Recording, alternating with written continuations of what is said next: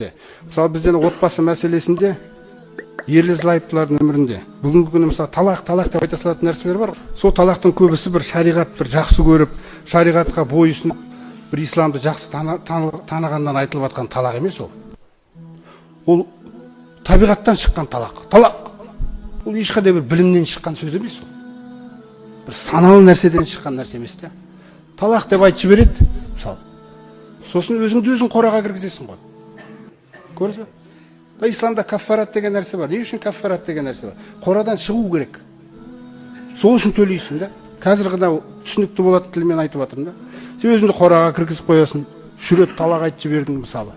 Ол сенің табиғатыңнан шығып жатқан нәрсе ғой. Саған Алла Тағала муъмин деген салмақ берген.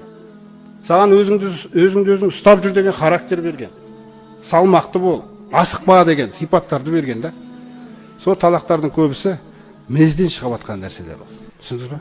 Ойыңыздан шығып жатқан нәрселер. Сосын өкініп келесіде біреуден фатуа сұрап, біреудің мазасын аласыз. Ол білсе жақсы, сен біттің десе, құрыдың онда болды.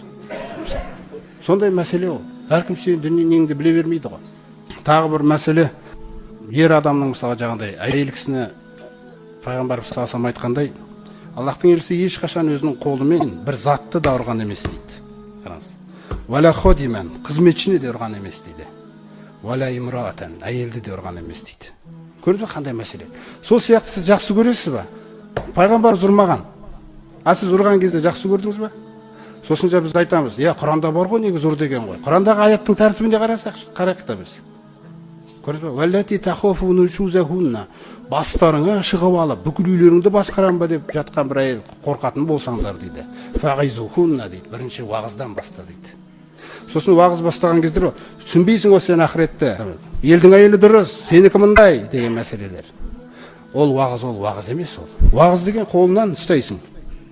Қарағым, сен де ақмаңдай, мен де ақмаңдай, қосылша екі ақмаңдай, шам жаққандай. Уағыз деген нәрсе сол. Екеуміз де ақыретке баратырық. Мына отбасы екеумізге бірдей аманат. Осындай жақсы сөзді түсінбейтін басы сондай жаққа қарай кетіп қалған біреу болса ғана, одан кейін фахшурухунна фил мадажа дейді. Көрдіңіз ба? Төсектерінде тастап қойыңдар. Пайғамбар саллаллаху 29 күнге тастап қойған әйелдерін. Саллаллаху сондай уақыт болған бір қылықтар себепті бір үлкен тәрбие берейін деді де, бір ай бармаған. Бүкіл әйелдер дүп-түзу дайын. Күн өтіп жатыр, 2 күн, 3 күн өтті, 4 күн өтті, 5 күн өтті, радиаллаху анху барлығына Алла риза болсын. Содан жаңағы Айша анамыз 29-шы күні дейді, пайғамбарымыз үйге кіріп келе жатыр дейді. Сосын жаңағы Аллахтың елшісі әлі бір күн бар ғой деп.